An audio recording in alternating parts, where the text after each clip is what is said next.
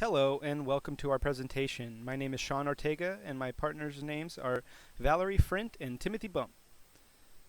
We did our presentation on the LGBTQ and the issues in American public schools. Demographics in the United States and California. The United States. Based on the 2013 NHIS data, 1.6% of adults aged 18 to 64 identify as gay or lesbian, 0.7% as bisexual, 1.1% identify as other. More than 53% of the LGBTQ population identify as women. The Williams Institute found the highest concentration of LGBTQ identifying adults living on the West Coast and in the Northeast states along with Florida.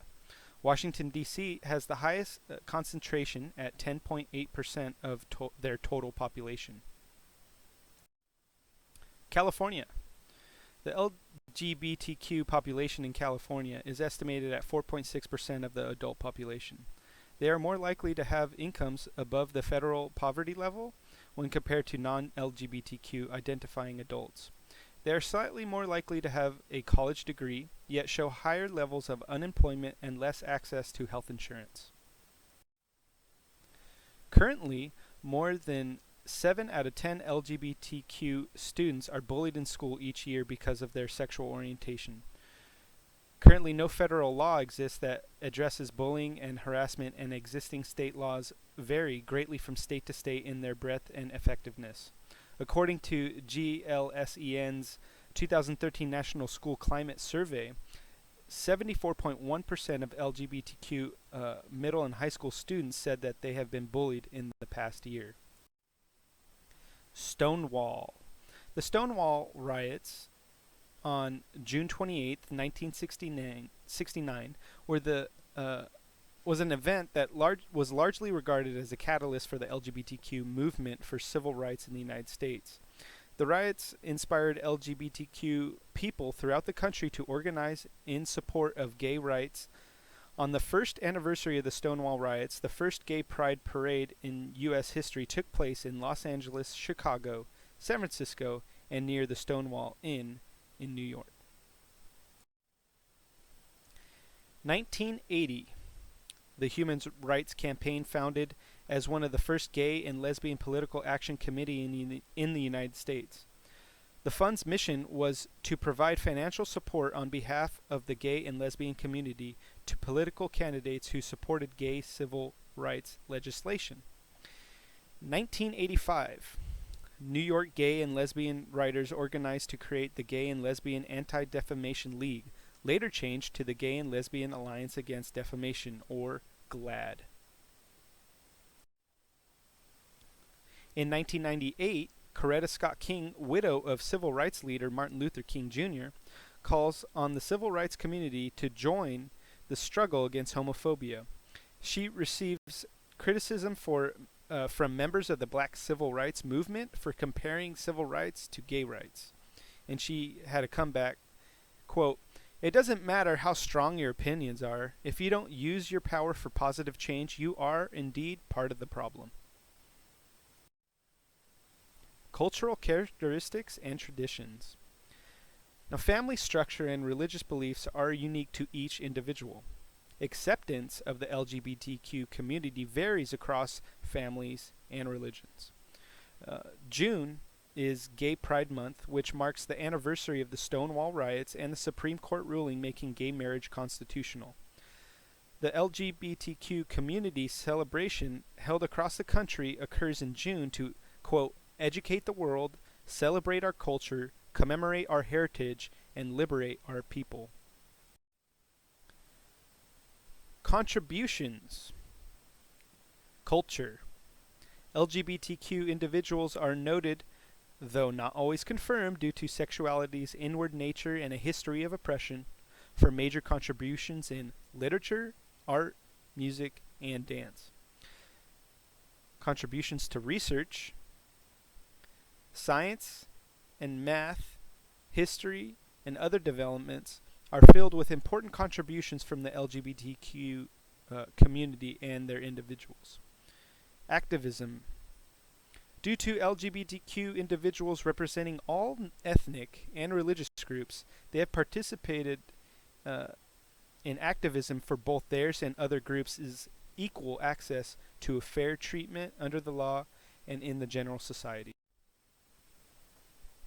Matthew Shepard and James Byrd Jr. Act.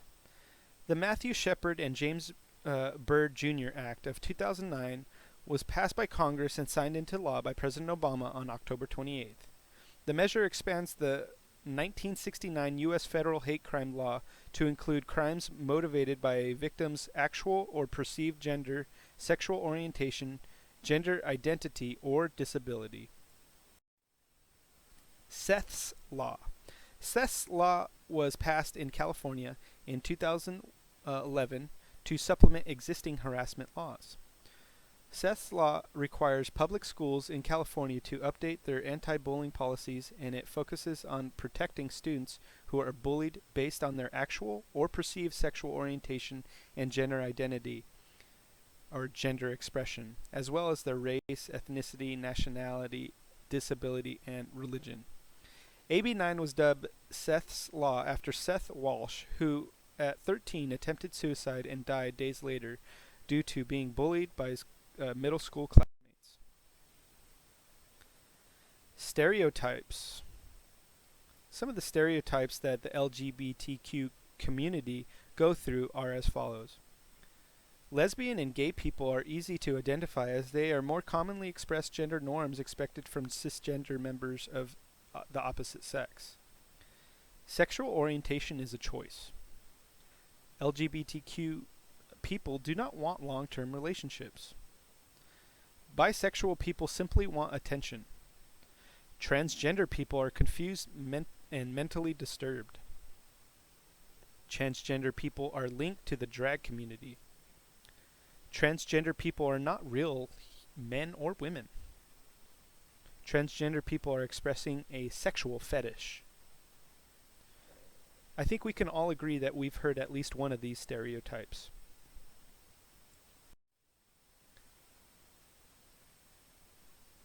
Social aspects are homelessness among the LGBTQ community.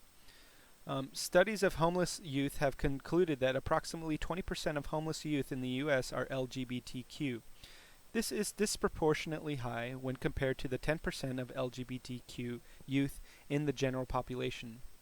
Studies indicate that once homeless, LGBTQ youth are at higher risk for victimization, mental health problems, and unsafe sexual behavior than straight homeless youth.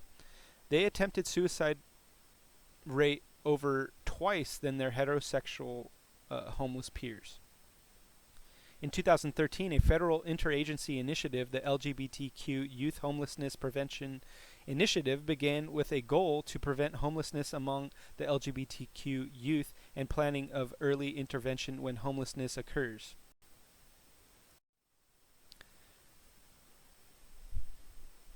Another social issue is the bathroom issue. The transgender community has faced discrimination based on their ability to use the restroom where they feel most comfortable. Transgender people are often confronted or questioned about the restroom they use. Opponents of gender-neutral restrooms believe that their privacy and safety are an issue. 25% of transgender people have been denied access to their gender-appropriate restroom. 70% of transgender people have been verbally harassed over their choice of restrooms. 10% claim to have been physically assaulted. Even the courts have recently become involved in the transgender discrimination issue. The Department of Justice found that denying transgender bathroom access is a form of sexual discrimination covered under the Civil Rights Act. In 2013, California legislators passed a law allowing students to use the bathrooms corresponding to their gender identities. California also passed an assembly bill mandating that single occupancy bathrooms be designed or designated as gender neutral. Advantages for being an LGBTQ student. For students in a school with inclusive policies, they can find a support network not always readily available in their home or community. In progressive schools, students can find friends and an outlet for their self-expression.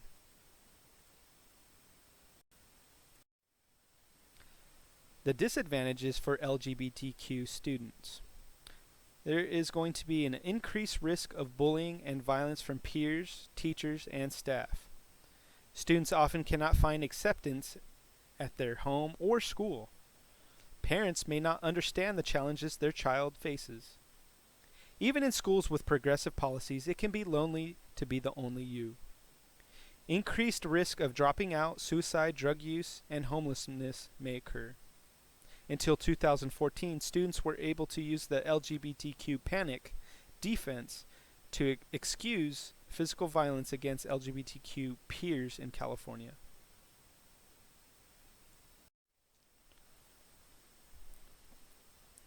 Next, we're going to talk about some strategies that you may use with some of the LGBTQ students that you come across in your career. This slide talks about what type of students schools should welcome. Schools should welcome students of all races, ethnicities, and nationalities, students with diverse abilities, students who are LGBTQ, students of all family structures, students who are English language learners, students of all religions, students from all socioeconomic backgrounds, and students of all body types. All the schools that you come across, they should welcome everybody. Inclusive schools. Student handbooks and other student reference materials should be passed out by these inclusive schools. Now, in there, you're going to have resources to help students in a crisis that they might find themselves in. These include trustworthy websites, hotlines, etc. Such resources can support any student dealing with depression, bullying, harassment, and much more. Harassment, intimidation, and bullying policies address LGBTQ students. Does your school's policy identify discrimination based on sexual orientation and gender identity among the categories of behaviors that are not tolerated? They should. It is important that you always model inclusive and non-discriminatory attitudes and behaviors towards students and each other. Bullying. We should be watching out for students who consistently eat alone or hide from others. Teachers can keep track of the students' grades, and if they decline or their class participation or attendance decline, then we should be able to talk to that student. Now, when approaching a student, avoid making it obvious to others. Ask a student to stay after class in front of his classmates, you might lose his trust. Instead, approach the student when he or she is alone and quietly mention that you want to have a chat. Celebrating diversity.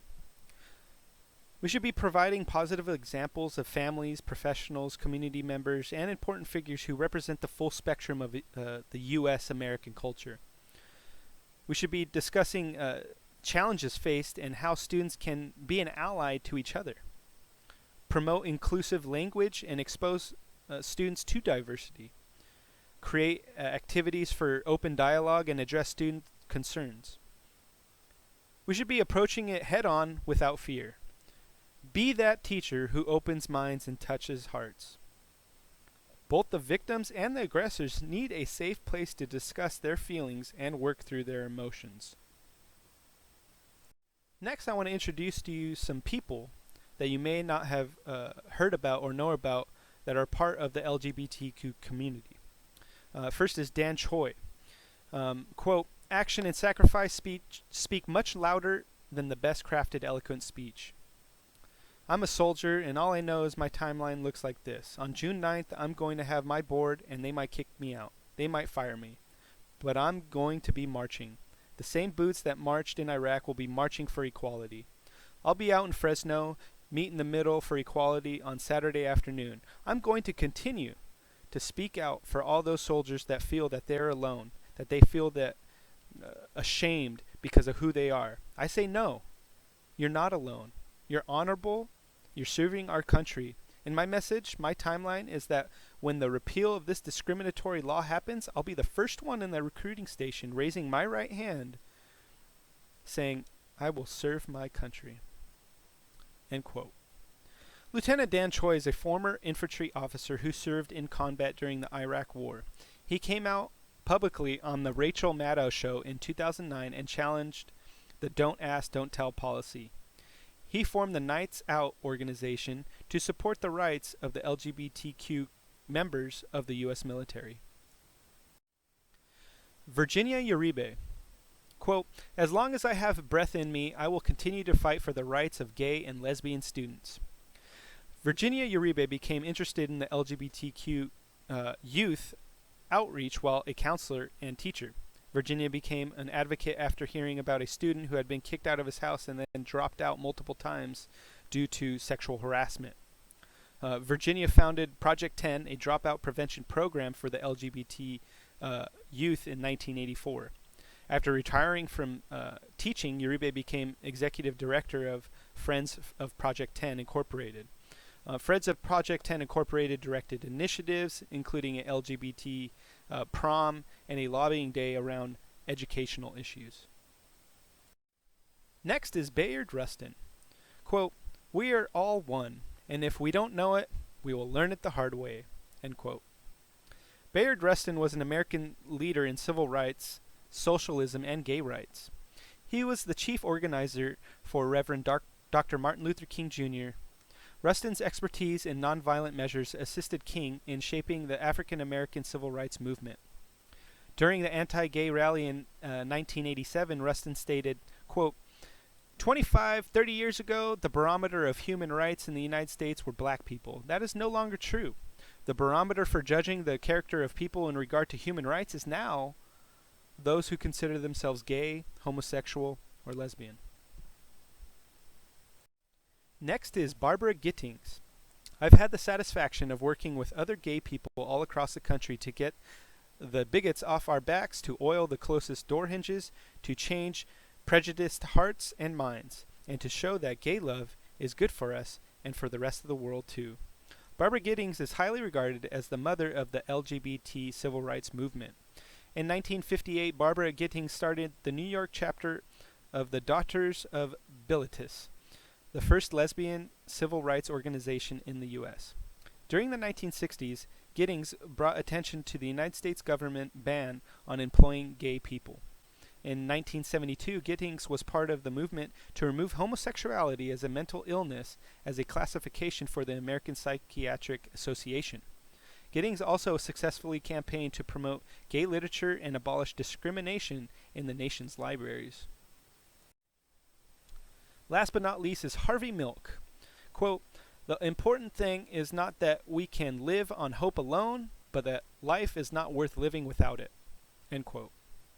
In 1977, Harvey Milk was the first openly gay to be elected to a considerable public office when he was elected to the San Francisco Board of Supervisors. Dan White, a conservative anti-gay former supervisor, assassinated Milk on November 27, 1978. White was convicted of manslaughter and sentenced to 7 years imprisonment but only served 5. Peaceful demonstrations by the gay community due to the light sentencing of White turned violent, resulting in 124 injured, including 59 policemen. The demonstration became known as the White Night Riots. Harvey Milk had premonitions of his assassination. He left a tape recording naming his preferred successor on the Board of Supervisors. He said, quote, if a bullet should enter my brain, let that bullet destroy every closet door. End quote. We hope you guys liked our presentation. If you want to know more information on this subject, please visit some of the websites provided on this slide. There is tons of information out there. If you are interested, we advise please do so. This was an enlightening project, and we thank the professor for assigning such a project, and we hope that everybody had a good day.